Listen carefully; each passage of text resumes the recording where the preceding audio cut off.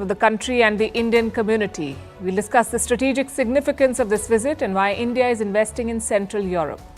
Of course, the larger focus is on his next stop, Ukraine. The first visit by any Indian Prime Minister to Ukraine. It comes at a time when Kiev is attacking Moscow with drones. In the US, the Obamas are firing up the Democratic Party to build support for Kamala Harris, while Silicon Valley seems to be throwing its weight behind Donald Trump. In India, the rupee is falling and inflation fears have recently been Mpox on the rise. Argentina has quarantined a whole ship as Africa appeals for vaccines. In Sweden, the hunting season has begun and the government has given the green light for the killing of 20% of their bear population. India's Commerce Minister has raised concerns about the boom in the e-commerce business. Japan is suffering a cultural shock after their convenience store chain 7-Eleven gets a buyout bid. In Kenya, a vampire serial killer is on the loose and 8 cops have been arrested for this. And can you outsource parenting? Graduates from top colleges are offering child companionship and parents are renting their services. All this and more coming up. The headlines first. Top US diplomat Antony Blinken leaves West Asia empty-handed. There is still no Gaza ceasefire deal.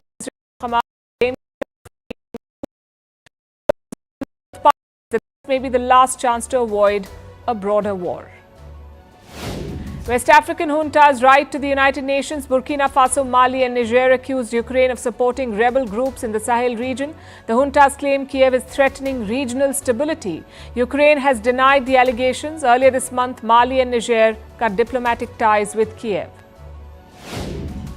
Taiwan's president warns that China's authoritarianism won't stop with the island, urging democratic countries to unite to curb Beijing's expansionism. China claims Taiwan as part of its territory. Lai Ching-te took charge of the self-ruled island in May. Beijing has labelled him a quote-unquote dangerous separatist. 4 bodies found from the luxury yacht that sank off Sicily. This takes the total death toll to 5. Hopes of finding the other missing passengers alive are fading fast. The yacht is largely intact and resting on the seabed some 50 meters down. And Tesla to recall more than 9,000 Model X SUVs in the US. It's over a trim on the roof that could separate, increasing the risk of a crash. This year, Tesla has recalled nearly 3 million vehicles over safety concerns, but this is a rare physical recall for the Elon Musk-owned company.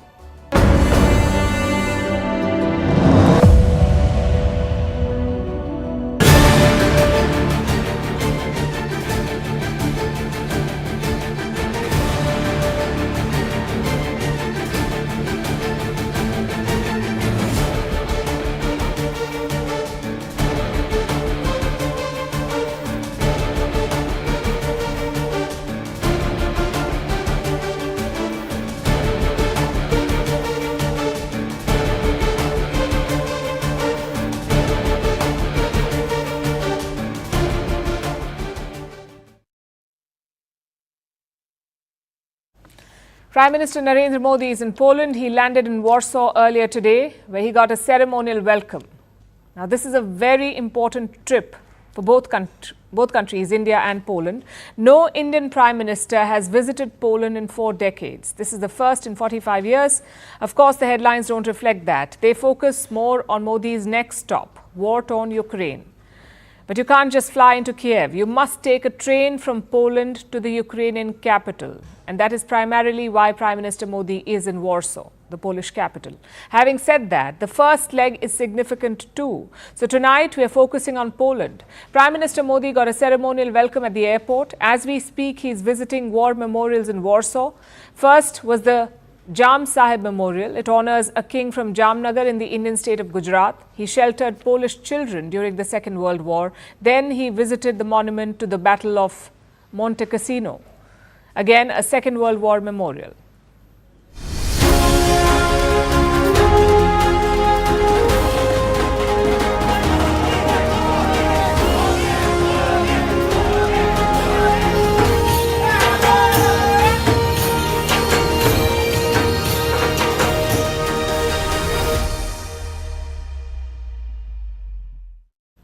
So what's next? Prime Minister Modi will address the Indian community later today. Around 25,000 Indians live in Poland. 5,000 of them are students. The rest are mostly traders and tech experts. Tomorrow, Modi will meet Polish leaders, both President Andrea Duda and Prime Minister Donald Tusk. Afterwards, he will take a train to Kiev, a journey that will last around 10 hours. But more on that tomorrow. For now, let's look at Prime Minister Modi's mission in Warsaw. Listen to his statement before departure, and I'm quoting, "Poland is a key economic partner in Central Europe. Our mutual commitment to democracy and pluralism further reinforces our relationship." The operative part here is Central Europe. Let's take a small geography lesson and let's look at all the countries that are part of Central Europe. You have Poland, Hungary, Slovakia, the Czech Republic, Slovenia, and Austria. This is the European heartland. To the west, you have the likes of France and Italy. To the east, you have Ukraine, Romania, and Moldova. Now, Modi is focusing on Central Europe. We saw evidence of that last month when the Prime Minister travelled to Austria.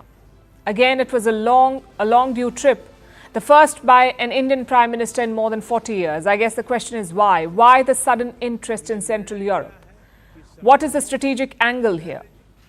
Central and Eastern Europe are on a path of rediscovery. In the last century, they were pawns, either occupied by the Soviet Union or satellite states of Moscow. That equation changed after the 1990s. A lot of these countries are now allied with the US, but not like your Britain or Germany. They're not lackeys who blindly follow. These countries have their own priorities. Look at Slovakia or Hungary, for example. Both countries are members of the NATO alliance, yet they're not sending weapons to Ukraine, which makes them an independent political bloc in the EU, possibly a power center in the future. And that's one reason why India should reach out to them. The second reason is the business angle. Central and East Europe are growing faster than the West. Poland is the sixth largest economy in the EU. It makes up 4% of the EU GDP. So India stands to benefit by reaching out to them. Our bilateral trade is almost $6 billion. Poland is India's largest trading partner in Central and Eastern Europe. So Warsaw can be New Delhi's window to this region. It's a stable democracy, it's a growing economic powerhouse, and it has a strong military. There's one problem though. India is not the only one wooing this region. China is doing the same. Xi Jinping visited Europe in May 2024. He visited just one country in Western Europe, that was France. His other two stops were Serbia and Hungary, both in Central and Southeastern Europe. So expect this sub-region to heat up. China, the US, Russia, all of them have stakes here, which is why Prime Minister Modi is travelling there. He is not looking at Europe as a single entity. He is focusing on the factions within. In 2022, he travelled to Denmark. He held a summit with leaders of the Nordic nations. Last year, he travelled to Greece. Again, the first prime ministerial visit in 40 years. So the idea is quite simple. India is looking to make up for lost time. While we ignored ties beyond Western Europe, others made gains. These trips are an effort to fix that. But we have to say, don't expect quick gains. Visits only lay the foundation for a strong relationship. The key is to build on them.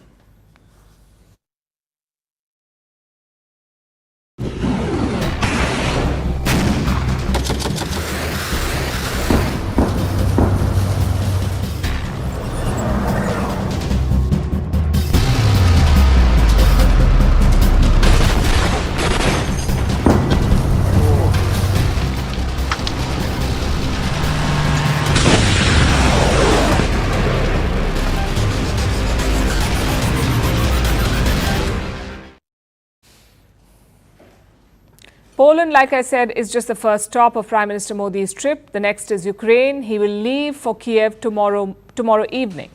And the world will be watching this visit. One, because it's unprecedented. Narendra Modi will be the first Indian leader to visit Ukraine, the first ever. And reason number two, because of the timing. The war has shifted. It is now being fought on Russian land. Kiev is ramping up attacks on Moscow, and Prime Minister Modi's visit comes right in the middle of it. Take a look.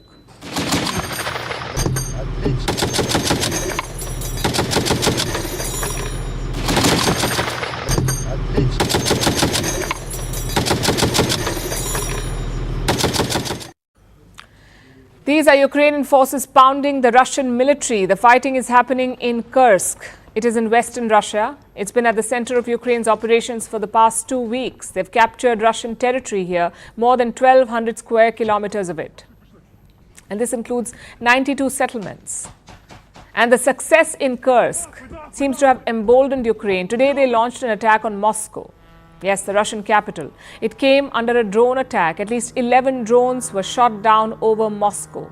This was one of the largest drone attacks by Ukraine, and the target wasn't just Moscow. This was a broader operation. Reports say Ukraine launched more than 20 drones. Most of them were detected over Moscow, at least 11 in all were detected over Moscow. 6 other drones were destroyed over Belgorod, 3 over the Kaluga region, 2 over Kursk, and another 2 over the Tula region. These drones were all destroyed before they could do any harm, and perhaps that was not even Ukraine's objective. These attacks were more like a demonstration of capability. Kiev has shown how deep inside Russia it can strike. It can fly drones as far as Moscow, and Zelensky is using this demonstration to put pressure on the West.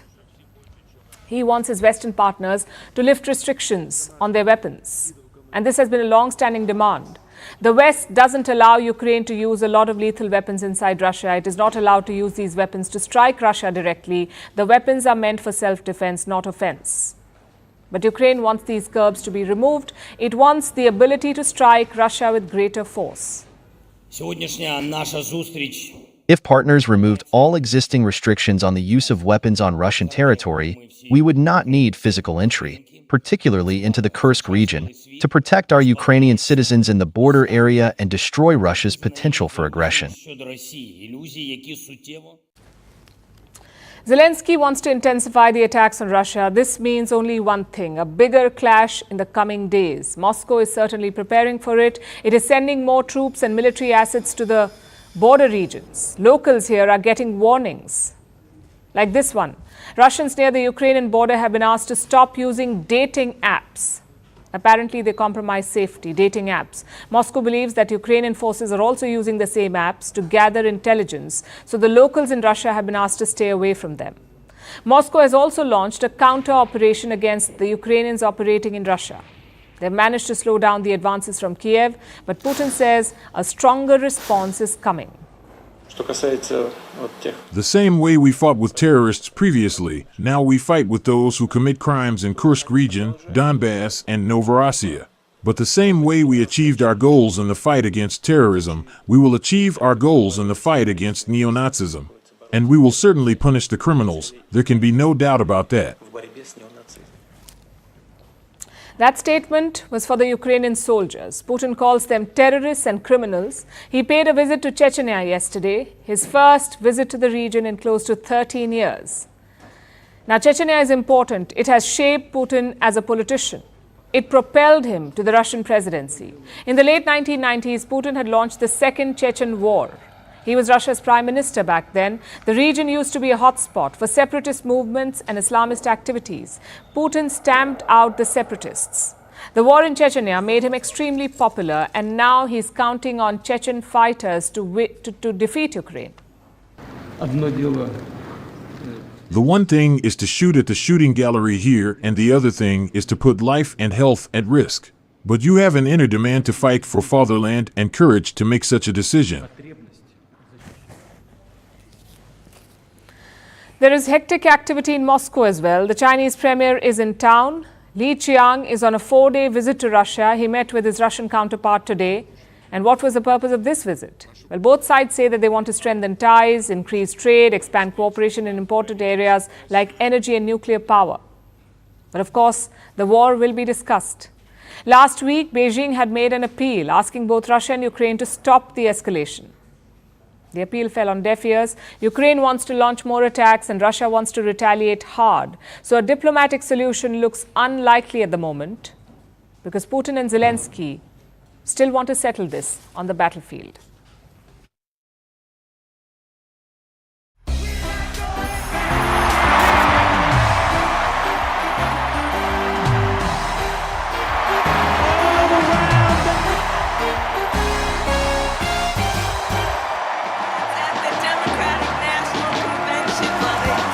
Michelle Obama. America, hope is making a comeback.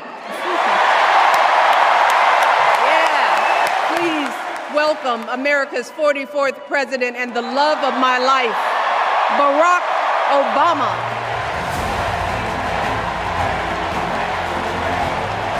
Chicago! It's good to be home. Thank you.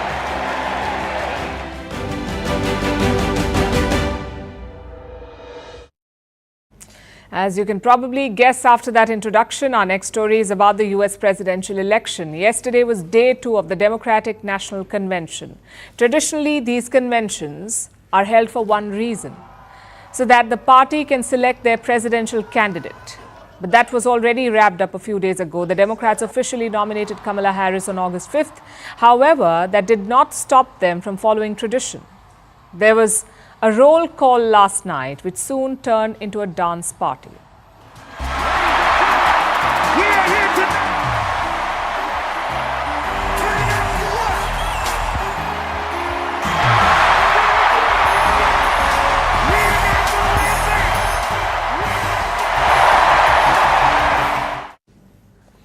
With the formalities out of the way, they got down to their real business. You see, this year's Democratic National Convention, or DNC as it's called, is not about nominating Kamala Harris. It is about energizing the Democratic Party, which had been battered, bruised and demoralized after Joe Biden's debate with Donald Trump.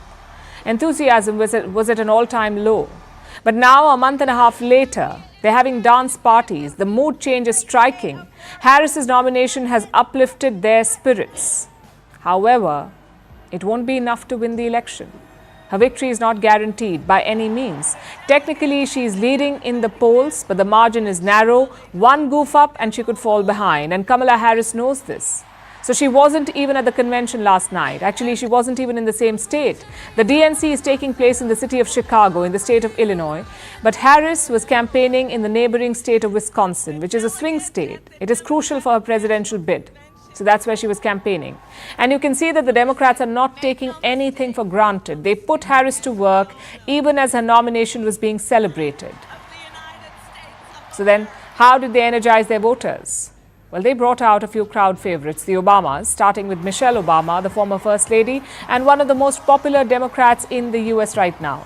Yesterday, she used that popularity to drum up support for Kamala Harris, and she also took a swing at Donald Trump. My husband and I sadly know a little something about this. In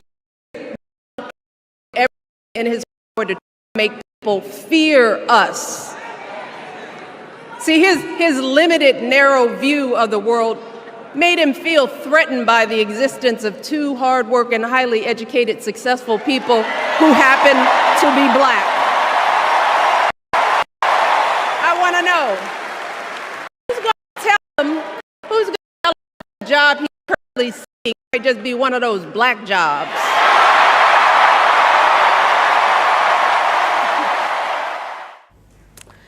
This was in response to what Trump said a few weeks ago. He said illegal immigrants were taking away black jobs. What does that mean? How do you define a black job? The term has racist overtones, and Michelle Obama turned this against Trump last night. It was a big departure from her earlier strategy. In 2016, her motto was, "When they go low, we go high." Basically, it was about taking the high road. But that's gone now. Instead, we saw her attacking Trump head-on, which means that she knows he's a serious threat. She also tried to instill some backbone into the Democrats, preparing them for the long road ahead. So, if they lie about her, and they will, we've got to do something.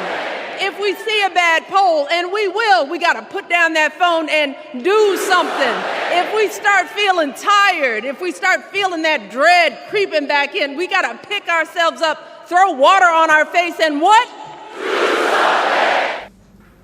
Michelle Obama really whipped up the crowd. She was followed by former US President Barack Obama, and he did not hold back either.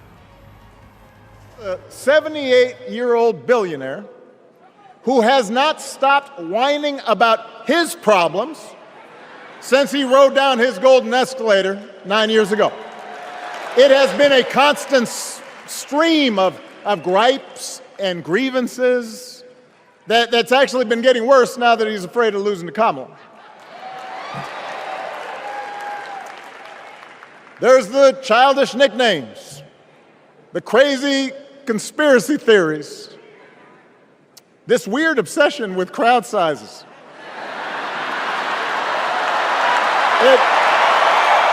We do not need 4 more years of bluster and bumbling and chaos. We have seen that movie before, and we all know that the sequel is usually worse. America's ready for a new chapter. America's ready for a better story. We are ready for a President Kamala Harris. So there is joy and hope in this camp. Meanwhile, on the other side, Donald Trump is busy rallying his own supporters, and he's getting some help from Silicon Valley, from the likes of Elon Musk, the billionaire owner of the social media platform X. He recently interviewed Donald Trump on X. Elon Musk interviewed Trump, and now he's conducting a poll. He calls it a super unscientific poll to gauge voting preferences. Almost 5 million people have voted so far, and Trump is leading Harris 74 to 26. It really is super unscientific. But this gives a morale boost to Trump supporters. So in a way, Musk is for Trump what the Obamas are for Harris. And he's not the only tech mogul backing Trump. There are a host of them lining up to fund the Trump campaign through a donor network, which was co-founded by Trump's running mate J.D. Vance. And how much money have they raised? Between $70 to $80 million, and this is just one donor network. So why Silicon Valley backing Trump? It's because the tech world wants deregulation in certain sectors like cryptocurrencies and artificial intelligence, and they believe that Trump is the one who will deliver this. That is why they're pouring millions into Trump's campaign. And if there's one universal truth, it is this: money influences elections. That is a fact. And all this tech money will help Trump, which is part of the reason why the Obamas are still worried. It's why they told the crowd to expect setbacks. They're planning for the long haul. And the DNC is but a blissful pit stop before the real race begins. And we're tracking this closely. For more details and insights, you can catch First Post America live from the DNC in Chicago. It airs right after Vantage.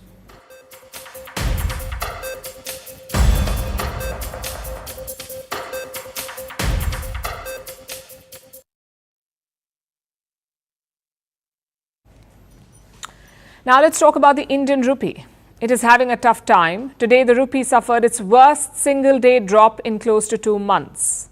$1 was worth nearly 84 rupees. In fact, August has been a bad month for the rupee. A few weeks ago, it breached the 84 rupee mark against the dollar. This was an all-time low for the Indian currency, and today it has seen the biggest single-day fall in a while.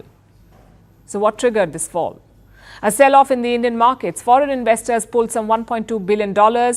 Because panic has been sweeping through global markets. America's weak job data sparked recession fears. And the rising tensions in West Asia led investors to unwind their positions. They wanted to get out of risky assets. They wanted to shift their money to safer investments. So there was a sell-off globally. It hit the Indian markets too, and it ended up putting pressure on the rupee. In the past few weeks, we've also seen some recovery, but today the rupee ended up reversing most of its gains. It lost what it had recovered, and it faces more challenges ahead. The sell-off from foreign investors continues. So far, they have withdrawn more than $2.5 billion from Indian markets. And these are numbers just from the month of August, and August is not over yet, remember.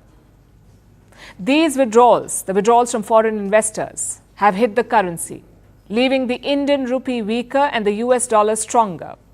Overall, the greenback is in higher demand. The dollar has been appreciating against the yen, the euro, and the yuan. Importers are buying the dollar aggressively. They fear that if the dollar appreciates any further, it could make their imports more expensive. Because most of the international trade is done in dollars, and this holds true for importers in India as well. Let me explain this with the help of an example. Imagine that there's an importer in India, and they plan to buy a big consignment from overseas in the coming months.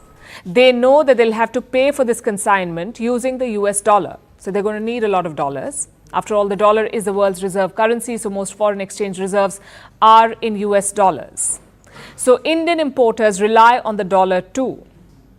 And when they see the rupee slipping, they try to build a safety net around their business.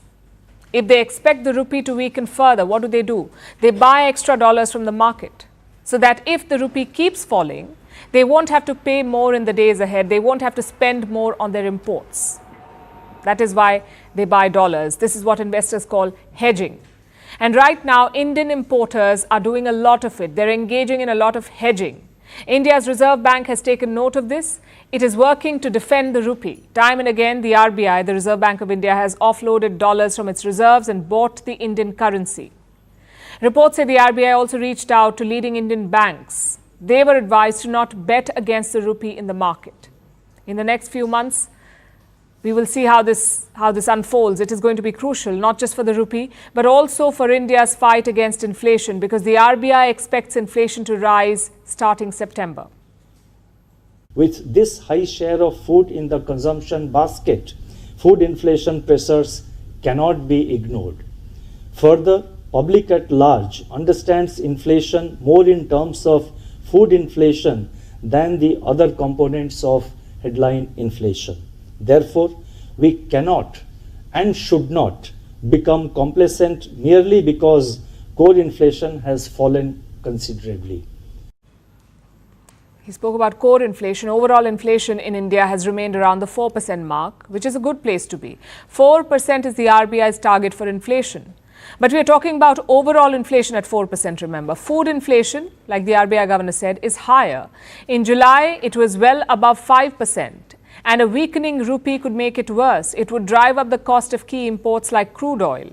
And remember, when oil becomes expensive, everything else also costs more because you need oil to transport these goods. So that's the challenge that India faces. Many experts had hoped that this battle would be short-lived. But India's Reserve Bank seems to be preparing for a longer fight to defend the rupee and to keep inflation in check.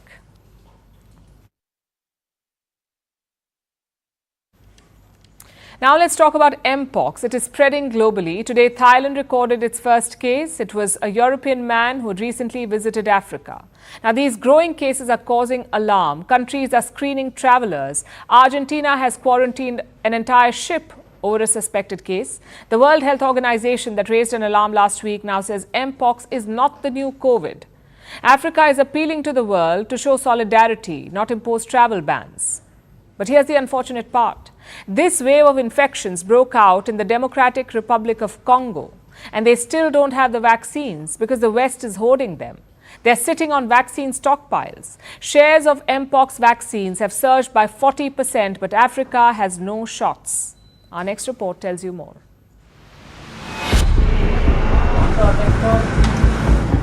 The situation constitutes a public health emergency of international concern. Detection and rapid spread of a new clade of Mpox in eastern DRC, its detection in neighboring countries, and the potential for further spread within Africa and beyond is very worrying. A coordinated international response is essential to stop these outbreaks and save lives. That was the WHO chief on the 14th of August. It declared Mpox a public health emergency. But for doctors in the Democratic Republic of Congo, this is not new. They have been battling this disease for 2 years now. The skin lesion disease comes from I don't know where. I can't even remember the name of the disease. We were told that it comes after eating game, but neither I nor my child have eaten game. These symptoms just appeared. Since January, the DRC has recorded 16,000 cases of Mpox. There have been 570 deaths. Yet, the DRC doesn't have a single dose of the Mpox vaccine. So where are the vaccines? Well, they're in the West. Most Western countries stockpiled it during the 2022 outbreak. Africa says they are now sitting on it. Take Spain, for example.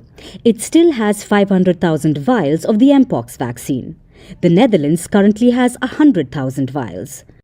Germany has 117,000 doses, which has led to accusations of vaccine hoarding. And this is not the first time. So 50 years on, there has been a shameful lack of investment to support researchers in African countries to really understand Mpox better. We still globally do not have a good understanding of Mpox, on the outbreaks, how it spreads, how many asymptomatic cases do we have for every case that we find with symptoms. We do not have a good understanding. Today, Thailand recorded its first Mpox case. It was a European who travelled from Africa. The 66-year-old male arrived in the country on August 14th. He's being quarantined in a hospital. It has also spread to countries like Sweden, Pakistan and the Philippines. Meanwhile, Argentina has quarantined a cargo ship. It's over a suspected case of the virus. The patient zero was a crew member of Indian nationality. He started showing cyst-like lesions, so authorities have made the ship drop anchor in the Parana River. Currently, there's only one vaccine that has regulatory approval for Mpox. It's produced by Bavarian Nordic. There are other smallpox vaccines that can be used. But since the outbreak, Bavarian Nordic's share has soared. They're up by 40%. But can the company meet the demand? Bavarian Nordic claims that it can produce 10 million doses by the end of 2025. But who will pay for it? African countries don't have the resources, which means the West will have to step up. But the question is, are they willing to do so? We can and must tackle Mpox together, across regions and continents. So will we choose to put the systems in place to control and eliminate Mpox globally, or we will enter another cycle of panic and neglect? How we respond now and in the years to come will prove a critical test for Europe and the world.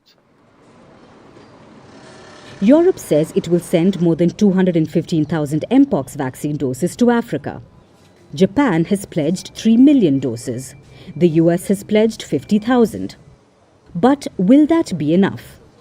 The DRC alone needs 3.5 million doses. Meanwhile, Africa needs over 10 million doses. So the need of the hour is a coordinated response. Unless Africa gets vaccines, we will not see the end of Mpox anytime soon. Because diseases know no borders.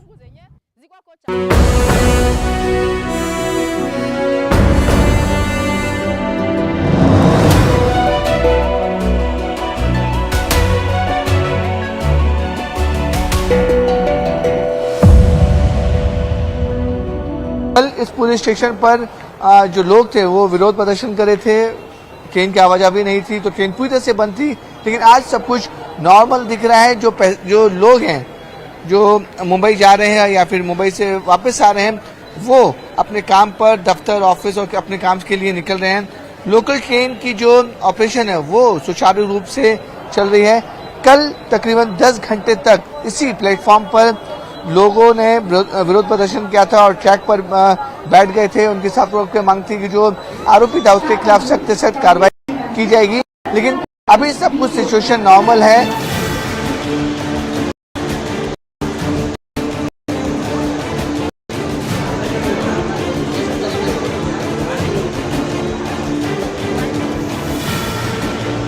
Right now I'm standing at the Badlapur railway station, and this is the same place where yesterday we saw that for more than 10 hours a protest was held against the crime which had happened, that 2 girls who were sexually assaulted. You can see the train service which was suspended almost for 10 hours have finally resumed from this morning, and the rush, you can see that this is the rush, because as we were reporting that Badlapur is one of the crowded stations on the central railway line, and you can see this is during the morning peak hour. People are rushing to catch the train because they want to go and attend their office.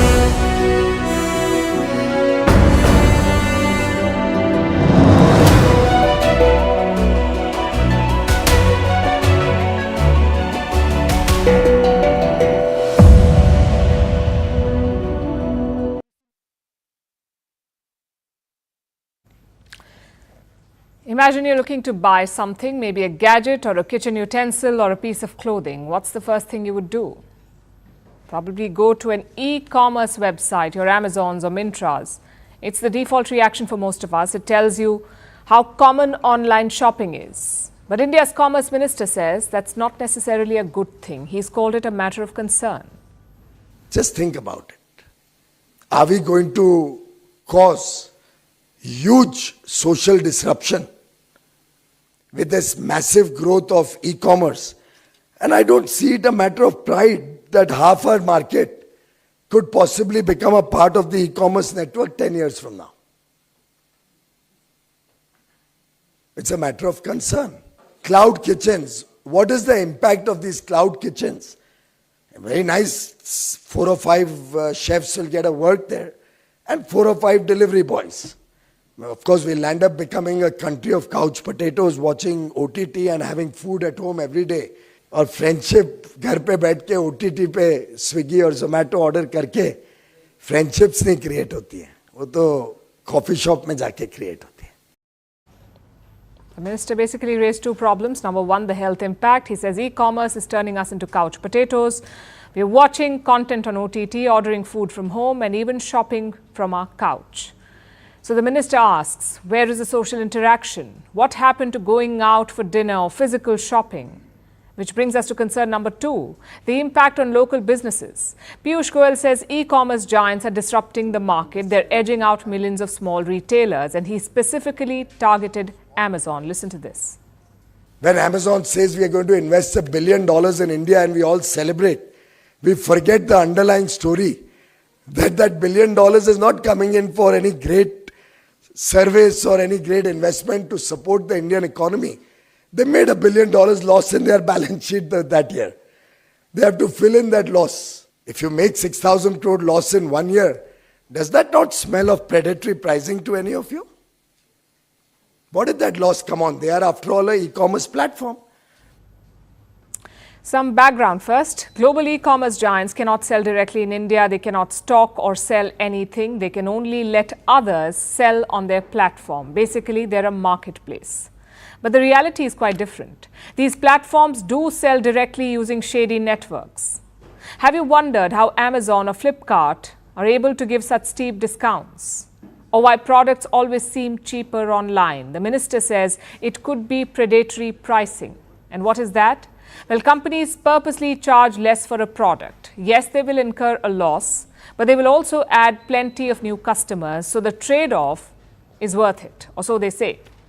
The Commerce Minister also came with numbers. He says Amazon reported 6,000 crore rupees in losses. That's $714 million US, which is a bit high for a marketplace company. So the theory is that this loss is because of predatory pricing. Of course, Amazon will deny all this.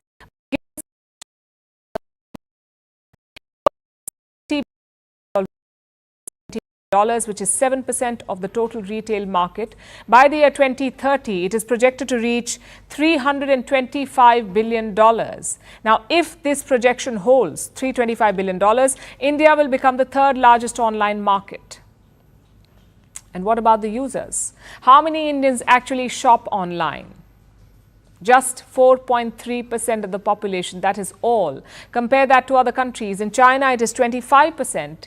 In the UK, it is 23%. In India, only 4.3% of the population shops online. But the bottom line is quite clear. India's e-commerce industry is still growing, which is why the minister's comments are strange. Does the government want to put the brakes on e-commerce? Well, not quite. Piyush Goyal accepted. E-commerce is here to stay, but he wants it to be more organized. He wants the price to be fair. That's up to the government. Because consumers will always prioritize 2 things. One is low price and second, comfort. Right now, e-commerce offers both, and the pandemic is also responsible for this change. Most Indians were locked down for more than a year, so they discovered e-commerce. In fact, it became their only option in most cases by and essential goods. The pandemic may be behind us, but this practice has stayed. So the onus is now on the government. How can they regulate e-commerce in India?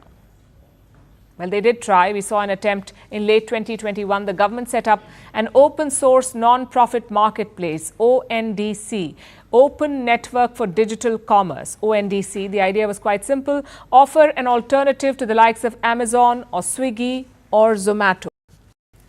That was what they were trying to do. No hidden costs, no predatory prices. Everything was supposed to be transparent. And how is ONDC doing? Well,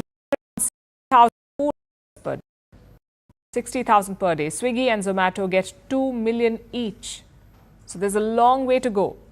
But ultimately, there's only one solution. We need more competition because right now it is a duopoly. Flipkart makes up 48% of India's online market. Amazon makes up 26%. That's two companies with 3/4 of the market. So it's easier for them to manipulate it. A more crowded market would certainly be fairer. But even then, some of the minister's concerns remain. Laziness for sure. But also the issue of small retailers. We're talking about millions of small neighborhood shops. Entire families depend on them. So if e-commerce takes over, what will these people do? Will they adapt to the online shopping trend? Will they be wiped out? We say it's good the government is asking the right questions, but I'm afraid the answers too must come from them.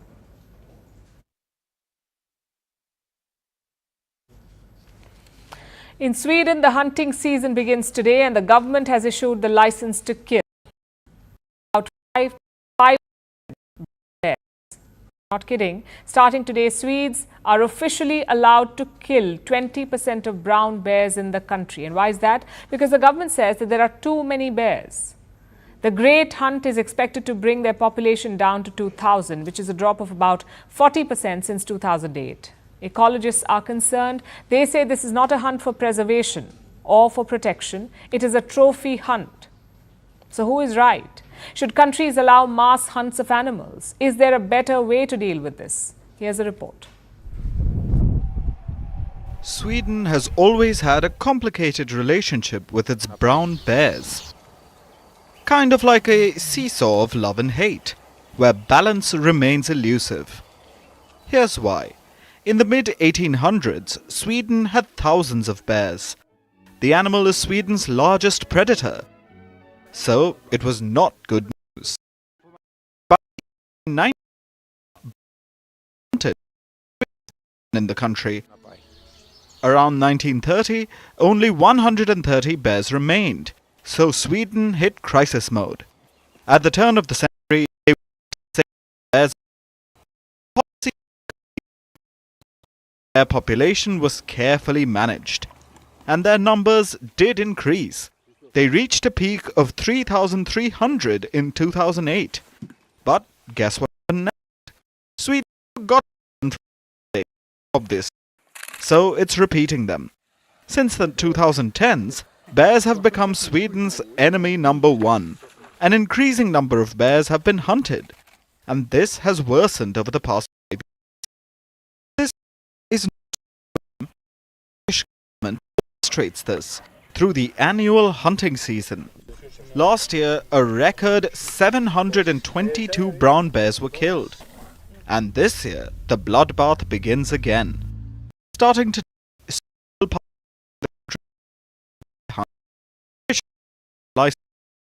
so people quite literally have the license to kill. How many bears? Exactly 486. That's less than last year's big number. But officials say that the numbers can increase over the year. If bears are considered a threat to farm animals, people can shoot them. Now, 486 may not seem like a big number, but that's 20% of the country's brown bear population. This would bring the total bear population down to 2,000. That's a drop of 40% since 2008. The government remains undeterred. They call this protective hunting, something that's necessary to keep the population in check. But ecologists are concerned. The high number of licenses have alarmed conservationists. They call this a quote-unquote trophy hunt. To kill animals for protection. And they are not wrong. Countries often issue hunting licenses to control animal populations, and sometimes they have a strange way of doing so, like hiring bounty hunters to kill snakes, or holding competitions to kill cats. So Sweden is not alone here. And bears aren't the only ones on its list. For years now, Sweden has carried out hunts of wolves, wolverines, lynxes, seals and eagles to prevent damage to crops, livestock, forests and fisheries. Sure, the population control of animals is important, but researchers say there are other humane ways to do so, like reproductive control. But that's a lot of work. So the government would rather arm itself and take the shortcut. But there's a problem here. If Sweden continues to kill bears at this rate, it will be inviting trouble. Because they are one annual hunt away from reaching the minimum number of bears required in the country, which is 1,400. And one step away from being stuck in a loop of cull and conservation.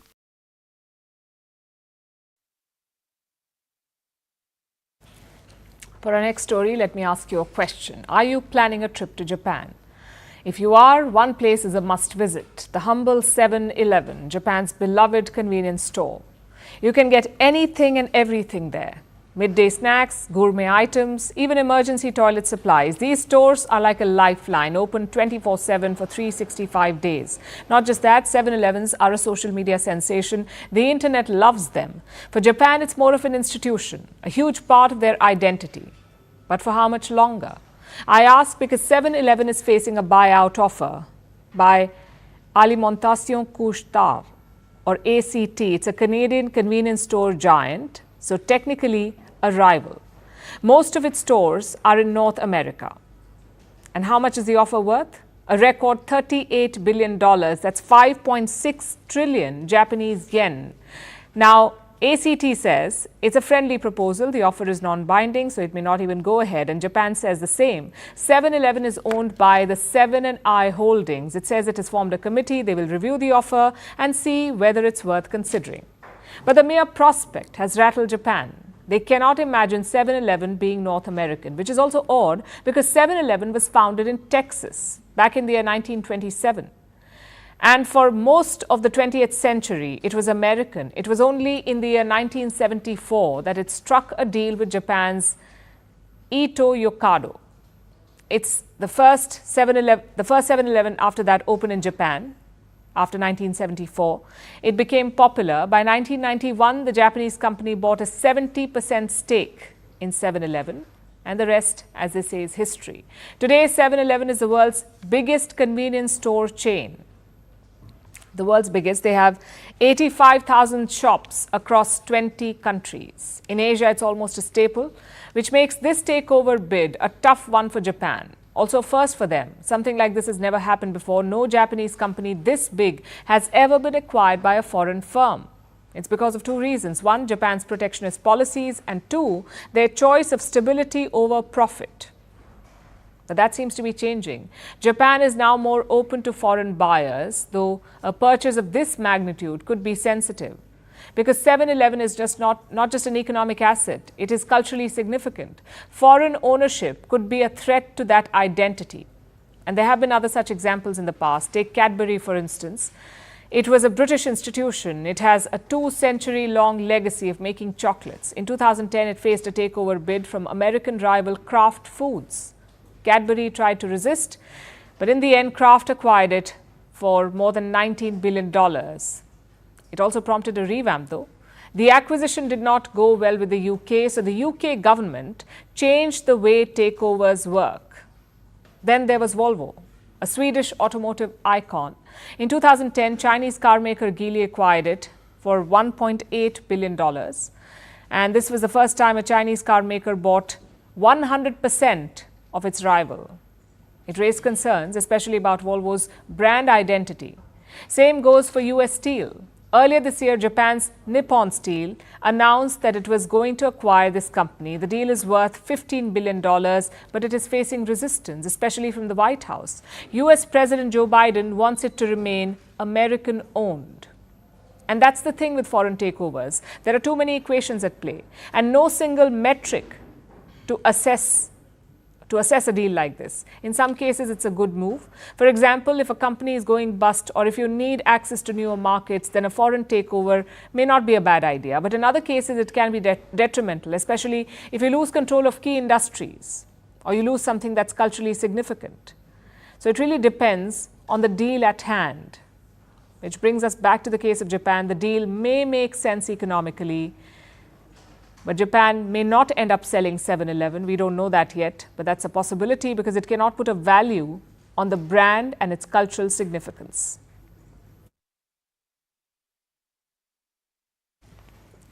Now we turn to Africa, to Kenya in the east, where a suspected serial killer is on the loose. Last month, 9 dead bodies were discovered in a quarry in Kenya's capital, Nairobi. All the victims were women.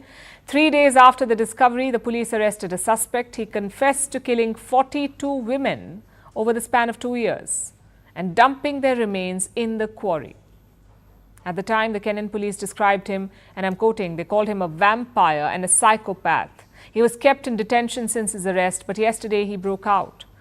This suspected serial killer and 12 others escaped from a police station in Nairobi, apparently with the help of some guards. 8 police officers have been arrested since. The man is underway to find Kenya's quarry killer. Here's our report. These were the scenes from Kenya's capital, Nairobi, yesterday. The police station came after a jailbreak.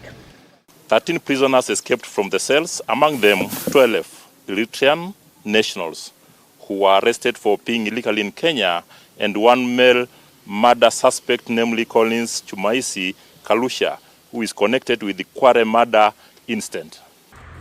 The quarry murder incidents he's referring to are a series of gruesome murders committed by a suspected serial killer. The police say it was this man, Collins Chumaisi Kalusha.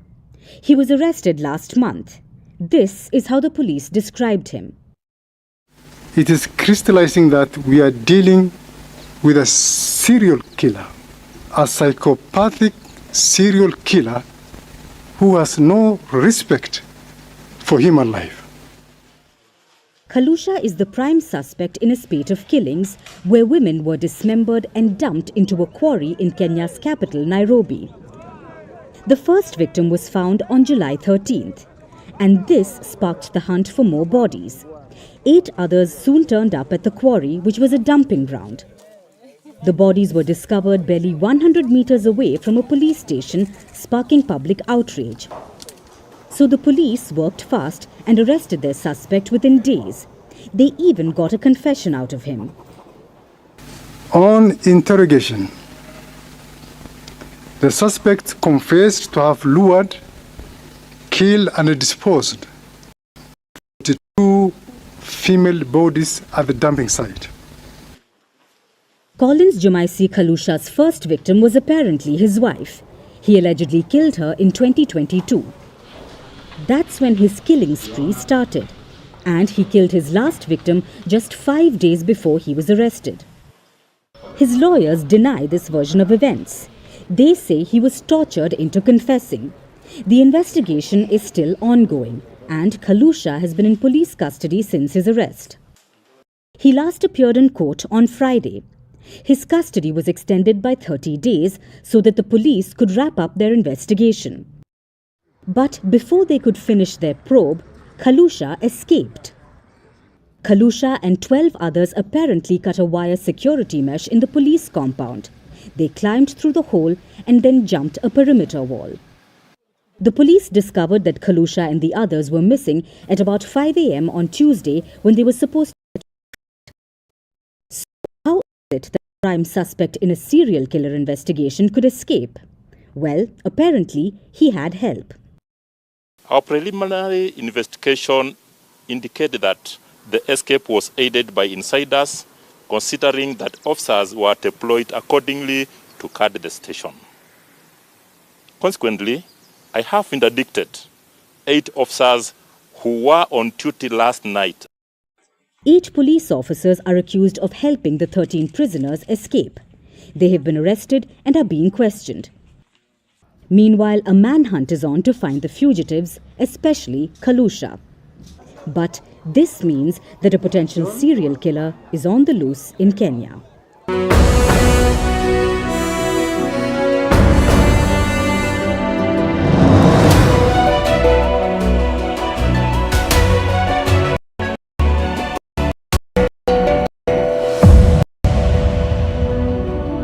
Almost for 10 hours, the railway service was suspended. The protest started at somewhere around 10 a.m. and till 7:30, 8 o'clock, the protest was happening and train service was suspended. But now,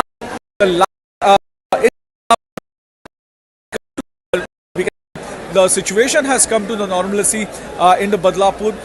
Yesterday, there was a call given for Badlapur Band. But now the shops have started opening. You can see people have gathered here at the railway station to catch the train to go and attend their office. And we have also been given to understand that the police party is basically patrolling in the city so that no untoward incident should happen. And people who are gathering in large number, or we can say in groups also, police is basically restricting them and not allowing them to gather at one particular place, considering yesterday's situation.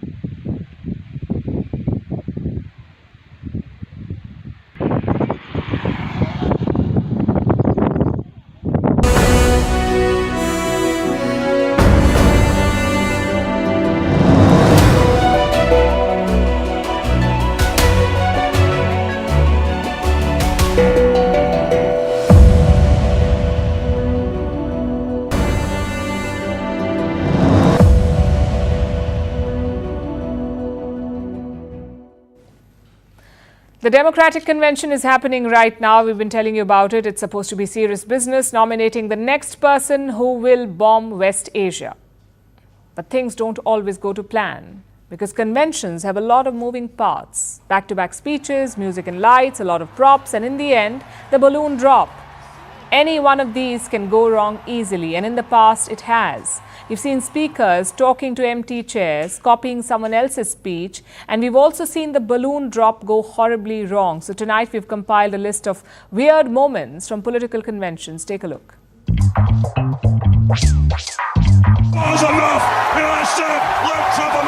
It's getting hot in here. Mr. President, how do you handle promises that you made when you were running for election, and how do you handle it? You work hard for what you want in life, that your word is your bond, and you do what you say and keep your promise, that you treat people with respect. We want our children in this nation to know that the only limit to your achievements is the strength of your dreams and your willingness to work for them. Wait a minute! Who are you?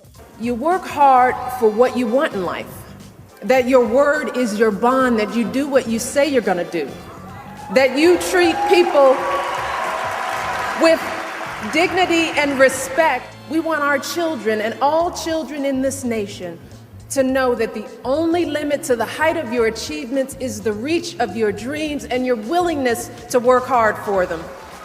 Damn!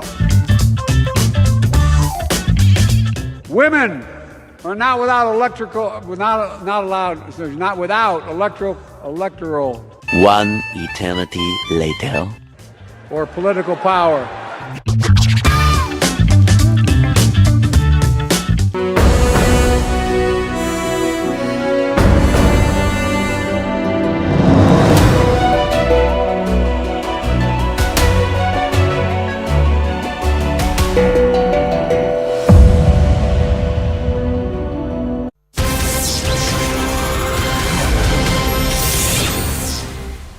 Hello and welcome to CNN.